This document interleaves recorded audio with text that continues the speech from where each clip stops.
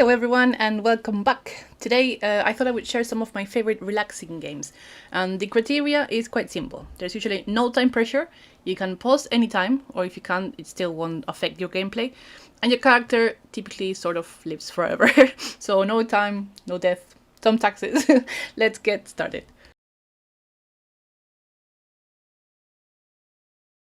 Alright, so the first game I want to talk about, it's called Coral Island. Now, at the time of recording this, the game is still in early access, although it's very complete and there are endless things to do. And it's already climbed to my top 3 farming relationship sims ever. So on the one hand, we have the 3D gameplay you can see here, but my favorite thing is actually the 2D characters, the illustrations that show up when you're talking to people. Here, for example, is an interaction I had once I had reached a certain level of friendship with a character, and there are lots of them in the game. Similarly to Stardew Valley, you can give them gifts, you could increase your friendship, and you can romance them at some point if you so desire. And there are of course cats and dogs and lots of farm animals. You can also mine. There is a big cave system with lots of different types of caves.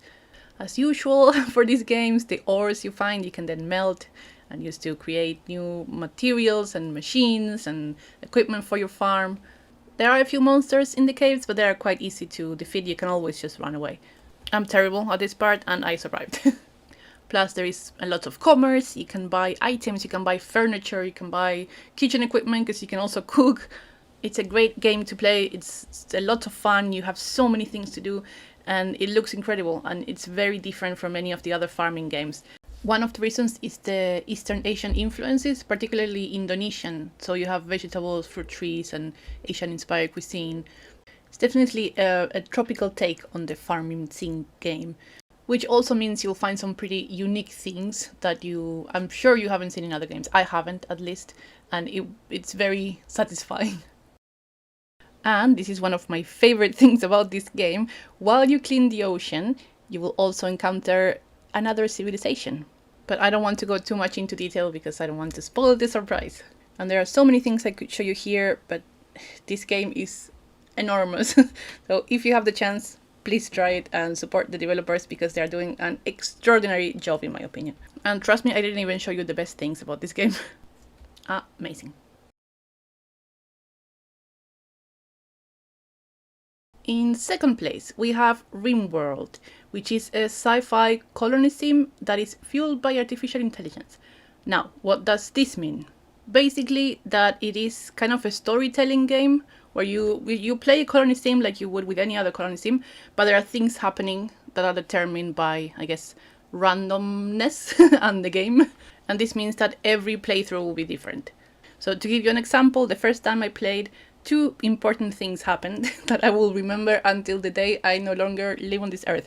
And the first one was that we had an invasion of cats. We had 30 cats visit the colony suddenly, and I had to decide whether I would want to keep them or what to do with them. And the second one was that for the first time I rolled back a save game like 4 hours back because I had grown so attached to one of the characters, Stomp, my dear Stomp, that I actually couldn't tolerate what happened to him after I think he was bitten by an animal, a rat or something like that, and I tried to operate on his leg, and after months and months he had an infection and he passed, and I couldn't deal with it, and I rolled back everything because Stomp forever. So what is the game about? Basically a colony in space, and you land with just 3 people and no resources, and you have to start collecting things and building, and then you will get some visitors, you will have enemies and friends. And one of the most interesting things is that all the characters interact with each other and with the environment. This all creates like a narrative of your colony. You have religion, you can operate on people, you can take prisoners and then maybe invite them to your colony. You have to create different types of food. It's just very, very complete. And you shouldn't be fooled by the fact that it looks a bit simple, because it's actually one of the most complex games I have ever played, and I love it. This you're seeing right now is my latest colony, and I think I did almost everything I could, and I don't want to say goodbye to the game, so, well, to this game and to these characters, because I know all of them. I grew up with them. So definitely another recommended game, and you can pause anytime. You can also play in like peaceful mode, and I think if you like colony sims, you have to try Rimworld.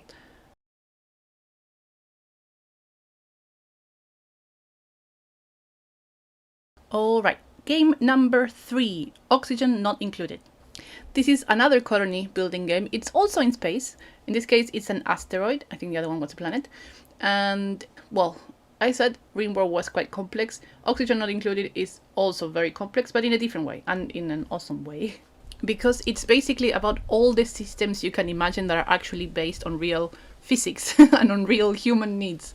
For example, obviously, as the name implies, you need oxygen, you need water, you need food, you need to make sure the temperature is correct, you need to gather materials to create machinery and beds and decorations, and to get maybe up to space, and you need different sources of energy. There are just countless things you can do. Some you need to do to survive, but it's also, again, you can pause and it's low pressure.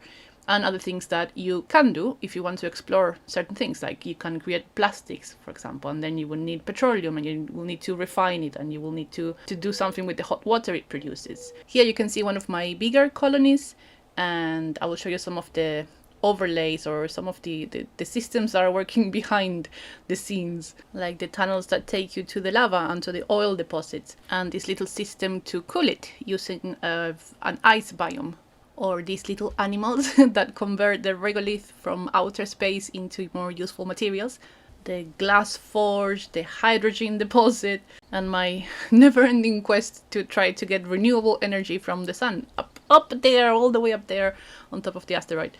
So some more of the gameplay, you can assign your people shifts so that there's always someone working. Your colonists also have their own interests and skills. You can research everything or explore space. But don't forget to make sure everyone can breathe, because oxygen is not included. And don't forget about your water pipes, or your electricity, or your conveyors, the temperature, the germs, the decoration, oh, the light. Also that not all water is potable, and that you will need to transport gases too, like oxygen and hydrogen and many others. So this probably feels very overwhelming at this point, but this is a very old colony with, I don't know, over 100 hours possibly. You will start slow, and I promise you will love this game. If you like planning systems, you will love this game.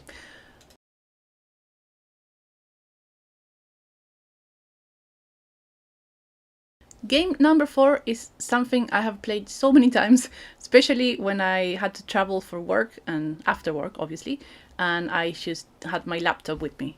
Because first, it runs on any computer, second, it looks amazing, and third, it's just one of the best games ever made. So, Anno 1404 is part of a series of games. They all take place in different times. This one, as the name indicates, is in the year 1404, and it's kind of a colony sim, but it's more about strategy and producing resources and exploring different islands, bringing things back to your city so you can manufacture certain things that your citizens need to progress. And on the one hand, you had these chains of production, and on the other hand, you had other players, computer players, that have different requirements. They might not be as friendly towards you, or they want to trade, etc. For example, they might give you a quest to go explore new territories. And if you buy the game today, it will come with one expansion already. Usually it does, at least on Steam it does, called Venice, where you can also trade and interact with the city of Venice. There are some pirates, but you can usually just pay them so they don't bother you, or you can try to attack them. And the further from the starting point you go, you will find new types of lands and cultures. So this is a perfect game if you enjoy building, strategy, trading, and ships. Just one note, you can't pause this game, but it goes really slowly. So usually there aren't too many pressures around what you need to do. It's kind of optional. And in my experience, it's super replayable. Because, yeah, I played every 2 years or so. I start a new campaign, and it's always so much fun. So definitely recommend it.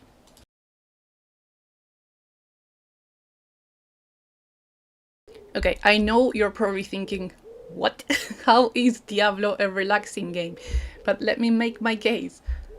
Because for the last 2 years, I have been looking for a game I can play like between projects, And Diablo is perfect for that, and it has zero pressure. So why do I think you should try this if you like attacking things, lots of things? Well, mostly because every time you defeat an enemy, you get like a little dopamine boost. And unless you play in a like higher level of difficulty, then you're not going to have much trouble doing this. So you can sort of adjust it and use it as a relaxation activity between little jobs, because you can do like maybe 10 minutes play, or you can do a dungeon in 20 minutes. And if you're a completionist, then there are tons of side quests and repeatable events, random events. So what you're seeing here is my level 60 rogue, and this is about maybe 30 hours into the game. I like to do all the dungeons and do all the things, so I'm not trying to complete the game as soon as possible, I'm just trying to enjoy it for as long as I can. And this is definitely not a cheap game, so we have to make it last. Other things about this slasher, you have tons of abilities, you can exchange and try, see what works for you, obviously tons of equipment, loot, drops, amazing character design, just incredible character design.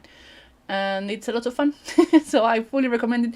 Especially, I think if you haven't played games like this, just if you have a chance to maybe try it on someone else's computer, then please do, because you'll be surprised by how relaxing this gory game can be. And if you can't, then you can try Path of Exile, which is a free game that has a very similar mechanic. Leaf Blower Revolution, I can almost guarantee number 6 you probably haven't heard about, but you should. It's one of the simplest premises there can be.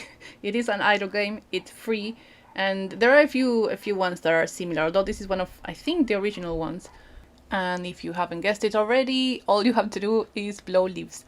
But things get a little out of control during this game, because on the one hand, your tools change, on the other, the leaves change and evolved in a way, and you can even do things like forcing a big bang, or as the game calls it, a big crunch, and keep playing with higher rewards. It's very difficult to explain. If you haven't played an idle game, especially, and I haven't played too many, this was quite a new premise for me, and I really couldn't see how something so simple could be so entertaining. And then I spent hours just playing this while watching TV. And the footage I have so far is not very good because I restarted the game recently, but believe me, you're going to face some very unexpected things if you play this game, and it has my full endorsement, if that counts for anything.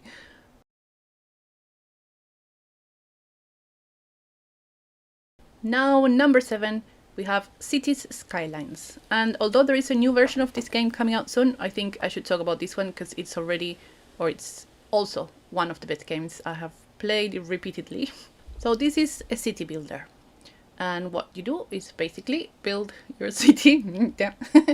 And you have to control all the roads. You have to make sure you have the correct areas for housing and businesses, industrial areas, different manufacturers, transport, hospital, school, like everything you can imagine you will require for city planning. This game has it. One thing I like about it also is that usually, unless you play in sandbox mode, you have to start unlocking things from the beginning. So you need a certain amount of population to unlock things. And that adds like a nice little complexity, because you can't just build anything you want anywhere. You have to like develop your city before you can do that. Now, my favorite thing, and I think a lot of people's favorite thing, is the roads and the transport. And there are actually whole channels dedicated to fixing roads, because traffic is a real thing. Although something I love to do is to create pedestrian pathways that connect different areas of the city. So most of my games are actually having no traffic or very little traffic. And another thing I really like is the parks expansion. There are a few very good expansions. Well, they have mixed reviews, but I think they add a lot to the game. Many people think they should be part of the base game, which I think they will be for City Skylines 2. But I especially like the industries and universities, or university campus, I think it's called. So overall, a really, really, really nice game that you can play for ages, like for the rest of your life, and every playthrough will be completely different. There are tons of maps, and you can set your own goals. So fully, fully recommended. Also very relaxing.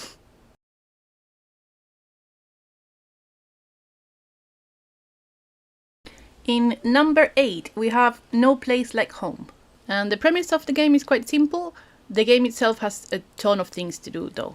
The main thing is that you're trying to clean this world, this town. And you do this in two ways. First, you break down rocks and some like trash formations.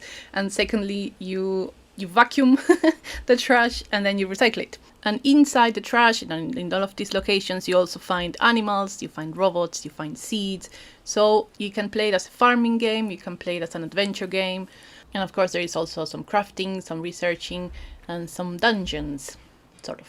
So I find this game particularly relaxing when I listen to audiobooks while I play it, because you get this sense that you're accomplishing things, because you are cleaning this place and you discover new things constantly, and you also have the farming side, which is quite nice, and robots. So definitely recommended. I don't think this one has very good reviews on Steam, I'm not sure why, but I really enjoyed it, and I like finishing the game and then restarting it and cleaning everything all over. So it's very nice.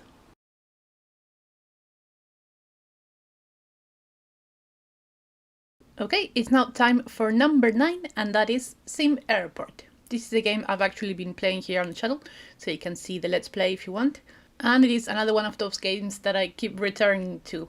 The reason is that it's super relaxing, and because it looks relatively simple, it's also, I don't know, very satisfying to complete an airport.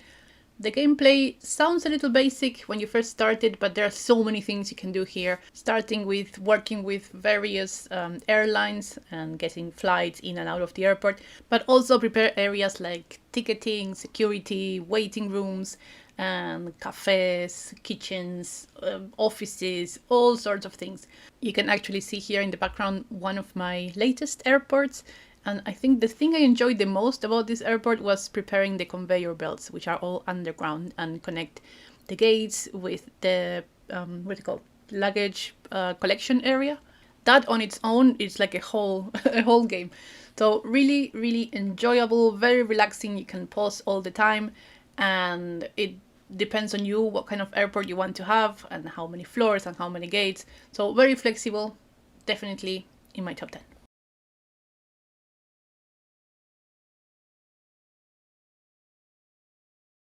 Okay, and we have finally come to the last game in this list, and that's Planet Zoo.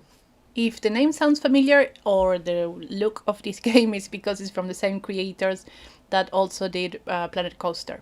Both games I really like. I tend to prefer Planet Zoo lately, maybe because it has some, I don't know, some nice customization options that I don't see in Coaster.